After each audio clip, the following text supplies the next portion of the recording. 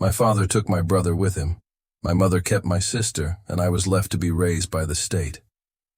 Years later, they all wanted to reconnect with me, but I wasn't the same child they had left behind.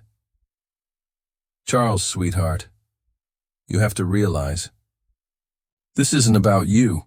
Then why was I the only one shoving my belongings into trash bags? Mom, why does Sophie get to stay? Because the court made that decision. Because you can only afford one child, right? Stop making this harder than it needs to be. I'm not making it harder. You are. You're abandoning me. Mrs. Rodriguez will arrive in 10 minutes. Just pack your things, Dot. My dad took my brother. My mom kept my sister. And I ended up bouncing between the homes of strangers, like a ball nobody wanted to catch. Hi, I'm Charles. Today, I'm going to share the story of the day my family was divided up like slices of pizza nobody really wanted.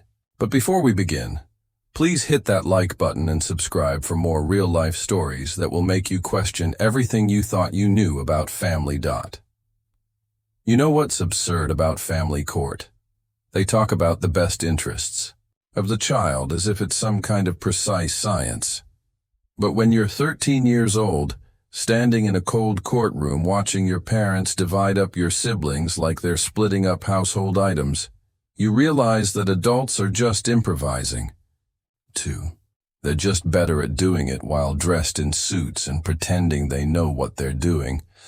My parents' marriage had been falling apart for years. Dad buried himself in his construction work, coming home exhausted and covered in dust. Mom threw herself into her nursing shifts at the hospital, working double shifts to avoid the tension at home. My older brother Jake was 15 and already mentally checked out. Sophie was 8, still young enough to believe Mom and Dad might fix things. And me? I was stuck in the middle, 13 years old, caught in the chaos, with nowhere to go. We need to have a family meeting, Dad announced one Saturday morning, his voice carrying that tone adults use when they're about to shatter your world. The pancakes Mom had made sat untouched on our plates as they explained they were getting a divorce. Jake just shrugged, as if he'd seen it coming for months. Sophie burst into tears. I sat there, calculating in my head. 3 kids, 2 parents. Someone wasn't going to fit into this picture. We'll figure out custody so everyone is taken care of, Mom promised. But her voice trembled, like she was trying to convince herself as much as us. 6 months later, I learned exactly what taken care of meant in adult terms. The custody battle turned into a war, with lawyers instead of soldiers. Mom wanted all 3 of us. Dad fought for all 3 of us. But Judge Harrison, a stern woman with silver hair and no patience, looked at our case like it was just another file on her desk. Given the circumstances, she announced, shuffling papers as if our lives were just another routine case, I'm awarding primary custody of Jake to Mr. Thompson, since the teenage boy has expressed a strong preference to stay with his father and continue at his current school. My heart pounded. Sophie will remain with Mrs. Thompson, as younger children typically benefit from maternal stability, and Charles. Mom's lawyer requested a pause, and it felt like an eternity. Judge Harrison cleared her throat. The middle child presents unique challenges. And that's when my world collapsed. Both parents have cited significant financial strain from the divorce proceedings, Judge Harrison continued, and I felt my stomach drop like I was on a roller coaster. Neither household currently has adequate space or resources for 2 children, considering Mr. Thompson's demanding work schedule and Mrs. Thompson's rotating hospital shifts. The air in the courtroom grew thick. I couldn't breathe. Sophie was holding Mom's hand, completely unaware of what was happening. Jake stared at his shoes like they were the most fascinating things in the world. Therefore, I'm recommending temporary foster placement for Charles until both parents can stabilize their living situations and demonstrate adequate resources for additional custody. Temporary? Like I was a library book they couldn't renew right now. That's insane, I blurted out, standing up from my chair. Every adult in the room looked at me like I'd just cursed in church. I'm not some random kid you can just shuffle around. I'm their son. Charles, comma. Sit down, Dad hissed, his face turning red. No, comma. This is completely ridiculous.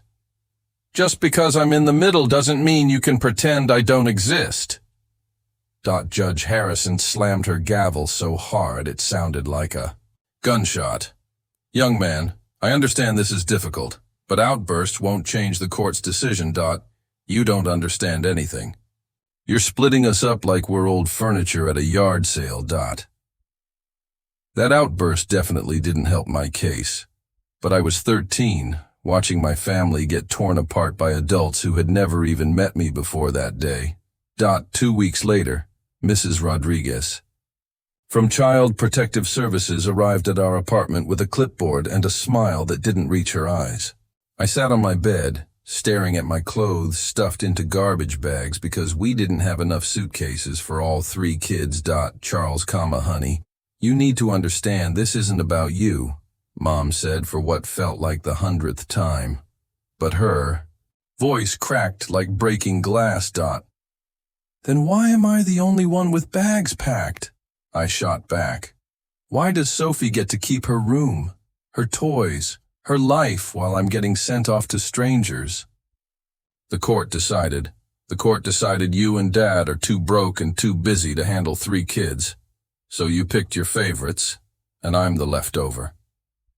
Mom's face crumpled. That's not fair. Fair. I laughed, but it came out bitter.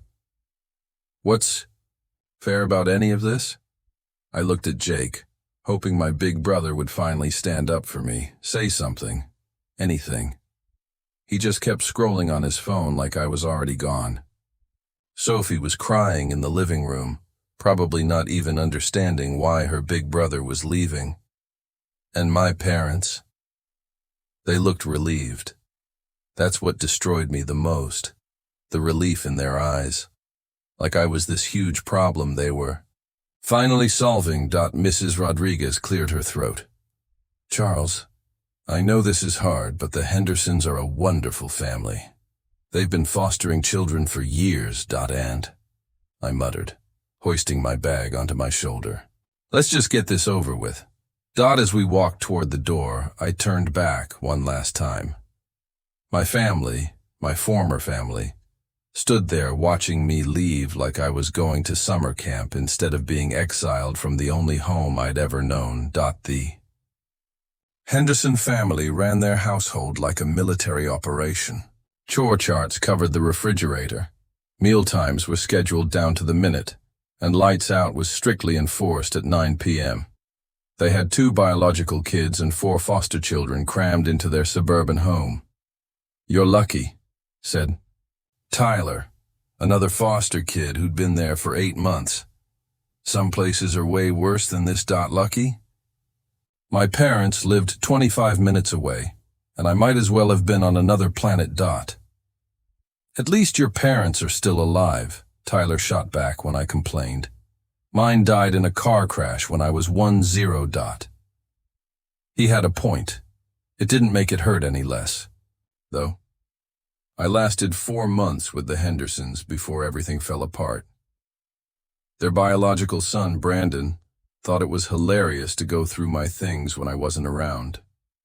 One day, I came home from school to find him showing his friends the only photo I had left of my whole family together, our last Christmas before everything fell apart.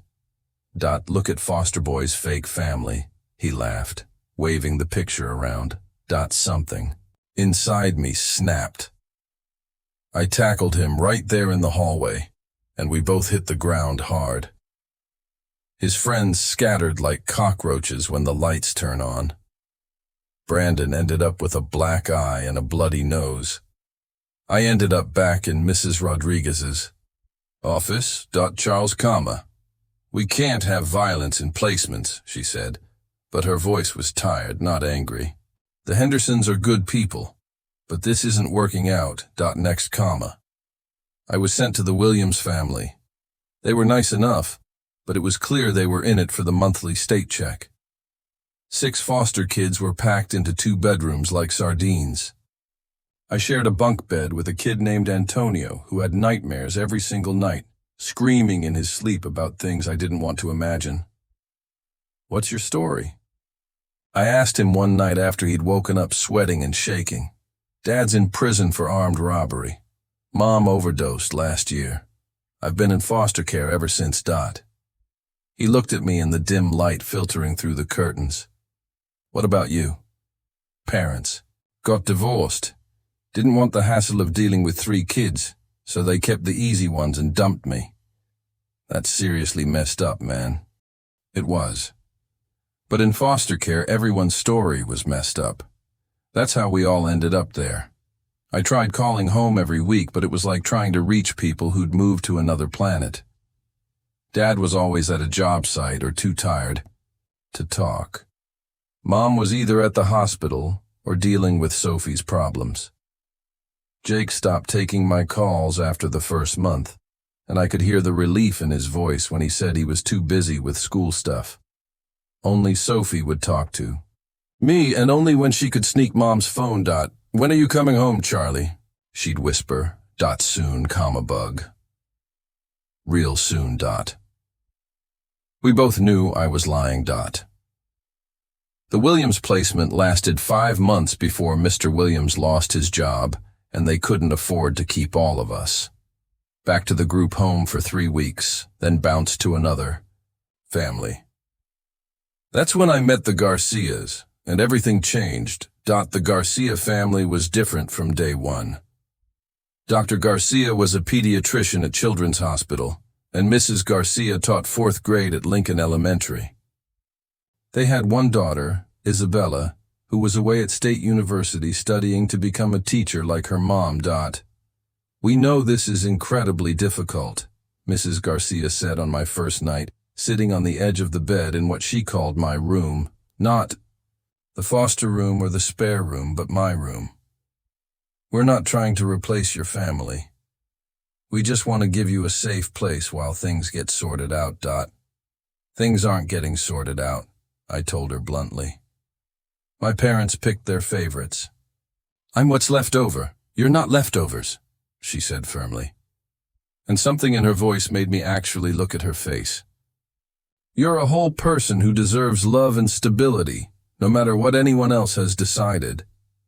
I wanted to believe her, but when you've been passed around like an unwanted Christmas gift for over a year, you stop believing in fairy tales pretty quickly. But slowly, I started settling into the Garcia family's rhythm. Dr. Garcia helped me with algebra homework at the kitchen table every night, patiently explaining equations until they actually made sense. Mrs. Garcia taught me how to make her famous enchiladas and listened when I talked about school drama or missing my siblings. When Isabella came home for Thanksgiving, she treated me like an annoying little brother instead of a charity case, which somehow felt amazing. It was the closest thing to normal I'd experienced since Judge Harrison destroyed my life. Then Mom called with news that shattered my fragile sense of security. Charles, honey, I have wonderful news. Her voice was brighter than I'd heard it in years. "I'm getting remarried." I stared at the phone like it had turned into a snake. "What?" "His name is David Sullivan. He's an amazing man, works in hospital administration. He has a daughter about Sophie's age, and they get along so well. It's like we're meant to be a family." "That's great, Mom." The words felt like shards of glass in my throat. "I know this has been really hard on you, sweetheart, but things are finally looking up. David has this beautiful house in the suburbs, much more stable than my old apartment, so I was thinking, maybe." My heart actually stopped. "I can come home?" Silence stretched between us like a bridge about to collapse. Well, comma. It's complicated, honey. David's not really comfortable with... we're still adjusting as a new family unit, and introducing a teenager into the mix might be. You mean he doesn't want your foster kid son messing up his perfect new family? Charles, that's not fair. I hung up. Mrs. Garcia found me crying in my room 20 minutes later. Ugly, angry tears I'd been holding back for months. She's replacing me, I sobbed. She's got her new perfect family, and I'm not in it. Mrs. Garcia sat on my bed and held me while I cried like I hadn't since this whole nightmare started. You're not replaceable, mijo, she whispered. Nobody could ever replace you. But actions spoke louder than words, and Mom's actions were screaming pretty loud. That phone call changed something fundamental inside me. I decided to stop waiting for my biological family to remember I existed and start building something new. I threw myself into school like my life depended on it. I joined the cross-country team, started tutoring kids at the local community center, and volunteered at the animal shelter on weekends. The Garcias supported everything, showing up to my races when my real parents were too busy living their separate new lives to even return my calls. You're incredibly resilient, Dr. Garcia told me after I won my first 5K. That's a superpower. You know, I don't want to be resilient, I admitted, still catching my breath from the race. I want to be wanted. You are wanted, he said simply. By us, by this family. The words hit me harder than I expected. Over the past year and a half, the Garcias had become more than just another placement. They'd become home, the kind of people who showed up, who stayed, who didn't bail when things got complicated. Meanwhile, my biological family kept living their separate fairy tales. Jake posted Instagram photos from Seattle, where Dad had moved the business, new friends, new school, new life that didn't include me. Mom's Facebook was filled with pictures of her perfect blended family, David, Sophie, and David's daughter Katie, all smiling at baseball games and family barbecues I wasn't invited to. Sophie still texted me sometimes, but less and less, as she got absorbed into her new sister dynamic with Katie. I could feel her slipping away too. And that hurt worse than anything. Then came the plot twist that almost broke me completely. Dad called on my 16th birthday. Charles, happy birthday, son. Listen, I've got incredible news. I'm getting married. Congratulations, I said flatly. Stirring the birthday cake batter, Mrs. Garcia was letting me help with. Her name's Rebecca Mitchell. She's fantastic. Works as a nurse practitioner. Has twin boys about 10 years old. We're buying this amazing house in Portland with plenty of room for everyone. Let me guess, I interrupted. Not enough room for me, though. Silence on the other end. Then, well, Rebecca feels that introducing a teenager into the family dynamic might be disruptive to the boys' adjustment. Right, disruptive. That's what I am. Don't be like that, Charles. Once we're all settled, maybe we can... Dad, stop. Just stop pretending you're going to come back for me. It's been almost 3 years. I get it. You and Mom got your do-over families, and I'm the reminder of the old broken one. That's not true. Then why am I still in foster care? He didn't have an answer. They never did. That night, the Garcias threw me a birthday party. Nothing fancy, just cake, a few friends from school, and people who actually cared that I'd made it another year. Simple, but they were present. That's all I'd ever really wanted. Charles, Mrs. Garcia said that evening, we need to talk. To you about something. My stomach dropped. Even the good placements ended eventually. I braced myself for another goodbye. We've been discussing this for months, Dr. Garcia continued. And if you're interested, we'd like to adopt you. The words didn't register at first. What? We know you're not a little kid anymore, Mrs. Garcia said quickly, probably seeing the shock on my face. You'll be 18 in 2 years, but we want you to know that this is your permanent home if you want it to be. But I'm not Hispanic. I'm not really yours. Dr. Garcia leaned forward. Family isn't about blood, Charles. It's about who shows up consistently. We've been showing up for 1.5 years. We want to keep showing up forever. Your parents have already signed the paperwork, Mrs. Garcia added gently. They agreed it was in your best interest. Of course they did. The final abandonment, wrapped up neat and legal. But looking at the Garcias, really looking at them, I realized something important. This wasn't abandonment. This was freedom. Freedom from waiting for people who were never coming back. Freedom to accept the love that was actually being offered. Yes, I said, my voice cracking. Yes, I want that more than anything. The adoption was finalized 4 months later. My biological parents didn't attend the hearing, too busy with their new lives. Jake was swamped with college applications. Only Sophie sent something, a handmade card covered in glitter and stickers that said, "Congratulations on your forever family. Love your sister always."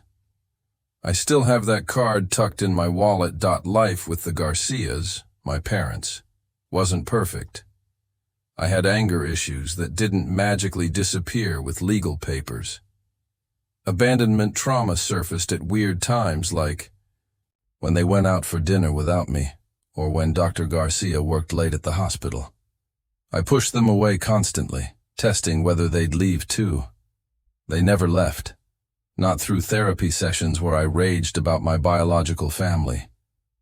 Not through nightmares about being unwanted. Not through the times I deliberately acted out just to see if there was a limit to their patience. I graduated high school with honors. The Garcias were in the front row, cheering louder than anyone. My biological parents sent graduation cards with $20 bills inside. Jake texted, "Congrats, bro." But Sophie came. She snuck away from Mom's perfect family to watch her middle brother walk across the stage. "I missed you so much," she whispered during our hug afterward. "Missed you too, Bug. Are you happy with them?" She looked at the Garcias, who were holding balloons and flowers with my name on them. "Yeah," I said, watching my chosen parents beam with pride. "I really am. College brought new challenges and opportunities. I studied social work, surprising absolutely nobody who knew my story. The Garcias supported me through every semester, every doubt, every success. Isabella became the sister I chose, teasing me about girlfriends and helping me write essays for grad school applications. "You know what you are," she said during one of our late-night study sessions. "You're not adopted, you're selected. Mom and Dad chose you out of everyone they could have helped." It was a beautiful way to think about it. During my junior year, the phone call I'd been half expecting finally came. "Charles." Mom's voice was smaller than I remembered. "I need to talk to you." "David left," Mom said without preamble. "The divorce was finalized last month. And Sophie, she's really struggling. She keeps asking about you constantly." And I realize, God, Charles, I realize I made terrible mistakes. Huge ones. I thought I was doing what was best for everyone. But I was just doing what was easiest for me. It took you 7 years to figure that out. I'm sorry. I'm so incredibly sorry. Is there any chance we could start over, build some kind of relationship? I thought about it, really considered it. The 13-year-old inside me wanted to scream, yes. To run back to the mom who had chosen convenience over my existence. But the 20-year-old knew better. "We can talk," I said finally. "But I have parents now. They were there when you weren't. That's not changing. I understand, she whispered. We did talk, slowly, carefully, like strangers learning each other's language. I reconnected with Sophie, who was now 15 and dealing with her own abandonment issues after David bailed on their perfect family. I became the big brother she needed, the one who understood what it felt like to be disposable. Dad reached out too, after his second marriage imploded. Funny how people remember you when their new families fall apart. Jake and I grabbed coffee when he was in town for the holidays. Awkward but civil. I should have fought for you, he admitted, staring into his latte. I was 17 and selfish and scared, but that's no excuse. We were all scared, I said. Difference is, I didn't get a choice. About facing it. Do you hate us? No, I answered honestly. I don't feel anything for you. You're strangers who happen to share my DNA. The Garcias are my parents. He nodded sadly. I guess we earned that. They had. Now, comma. I work at a group home for teenagers in foster care. Kids like Antonio and Tyler, like I had been, lost, angry, convinced. They were unwanted and unlovable. Nobody adopts teenagers, one kid, David, told me bitterly. We're too old, too damaged. I got adopted at 16, I told him. By parents who saw me, not my baggage. Yeah, comma, right. Where were your real parents? Building. Their new families without me. But you know what? Their loss. I ended up with parents who chose me on purpose, not by biological accident. It wasn't the comfort he wanted, but it was the truth he needed. The Garcias come to my apartment every Sunday for dinner. We cook together. Mrs. Garcia teaches me family recipes while Dr. Garcia tells absolutely terrible dad jokes. Isabella brings her fiancé now, and they're talking about kids. I'm going to be an uncle, a real one. You'll be a wonderful tío, Mrs. Garcia says, using the Spanish word for uncle, which feels more natural than English. Now you understand what it means to be chosen family. That's the most important. Kind. She's right. I was the leftover kid, the one who didn't fit into either parent's new life. But I became the chosen son, selected by people who didn't have to love me but decided to anyway.